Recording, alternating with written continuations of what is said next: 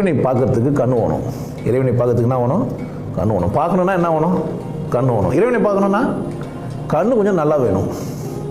இறைவனை பார்க்கறதுக்கு கண்ணு வேணும், கண்ணு கொஞ்சம் நல்லா வேணும். அப்போ கண்ணை நல்லா இருக்கணும். இறைவனை கேட்க முடியும், என்ன வேணும்? காது வேணும். காது சாதாரண காதாக இருக்கக்கூடாது, என்ன வேணும்? ஒரு சிறப்பான காதாக அது மாறணும். நுகரத்துக்கு என்ன வேணும்? மூக்கு வேணும். மூக்கு சாதாரணமாக இருக்கக்கூடாது, எப்படி இருக்கணும்? இன்னும் கொஞ்சம் நல்லா இருக்கணும். நாக்கு வேணும், எப்படி இருக்கணும்? இப்போ ஒன்றும் அது உன் புலன்கள் எல்லாம் சரியானால் நீ இறைவனை பார்த்துடலாம், கேட்டுடலாம், நுகர்ந்துடலாம், சுவைச்சிடலாம்.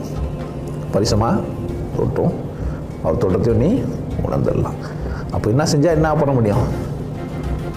புலன்கள் எல்லாம் சரி பண்ணால் அந்த புலன் என்ன பண்ணாதுங்களே காட்டும். கள்ள புலனைந்தும் நல்ல புலனாச்சேன்ட்டான் ஒருத்தன். இதே புலன் கொண்டு நீ வேற ஒன்றை பார்த்துனுங்கிற. இதே புலனை கொண்டு ஒரு ஆணா அந்த பெண்ணை பார்த்துக்கிற, நீ ஏன் அந்த பணத்தை பார்த்துக்கிற, படிக்காதவனா படிக்கிறதுக்கு பார்க்குற.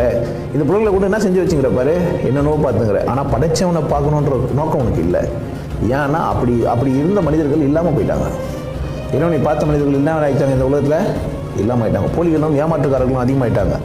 உடனே என்ன செய்கிறாங்கன்னா, இவங்கெல்லாம் சேர்ந்து வச்சுன்னு கும்மி வச்சுன்னு கூத்து வச்சுன்னு ஜாதி வச்சுக்கின்னு மதம் வச்சுக்கின்னு சடங்கு வச்சுக்கின்னு மந்திரம் சொல்லின்னு வேதம் சொல்லின்னு ஏமாற்றினுக்கிறாங்க. நீ என்ன ஆகிட்ட? ஏமாற்றப்பட்ட.